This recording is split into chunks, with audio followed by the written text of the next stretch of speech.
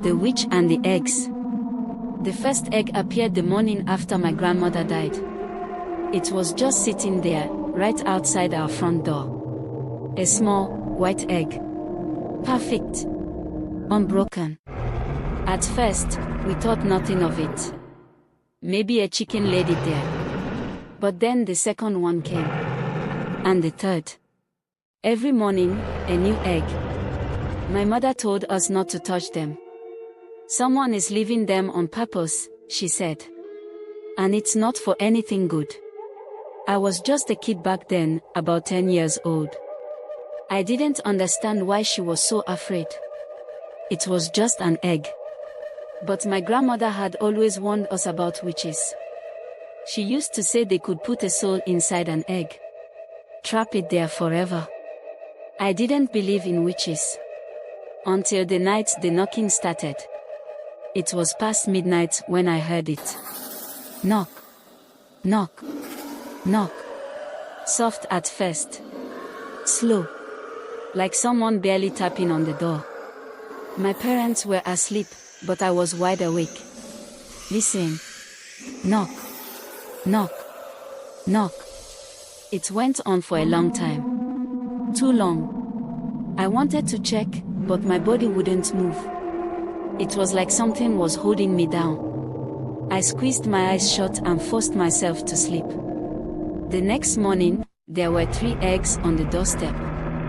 That was the first time I saw the fear in my father's eyes. He never got scared.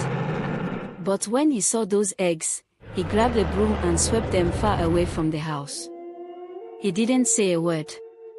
Just told us to stay inside after dark. The knocking came back the next night. Louder this time. Harder. My mother prayed.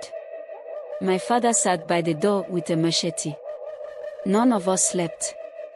At dawn, another egg was waiting. That day, my uncle came to visit. He was the only one who dared to pick up an egg. He held it in his palm, turning it over like it was nothing. Just an egg, he said. He laughed. Then he cracked it open. The smell hit us first. Rotten. Sour. Like something had died inside. Then we saw what was in it. Hair. Teeth. Tiny, curled up fingers. My uncle screamed and dropped it. My mother started crying. My father told us to pack our things. That night, I couldn't sleep. I felt sick.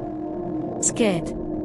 Every time I closed my eyes, I saw that thing inside the egg.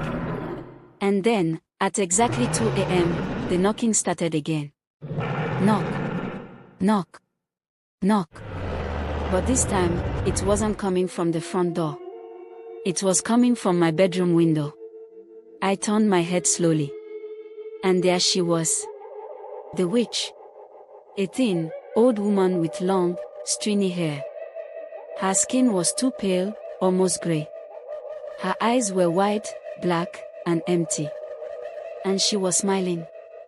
In her hands, she held an egg. She lifted it to her mouth and licked it slowly, like she was tasting it. Then she whispered something. I didn't hear the words, but I felt them. It felt like my body was being pulled into that egg. I wanted to scream, but no sound came out. Then my father burst into the room, yelling.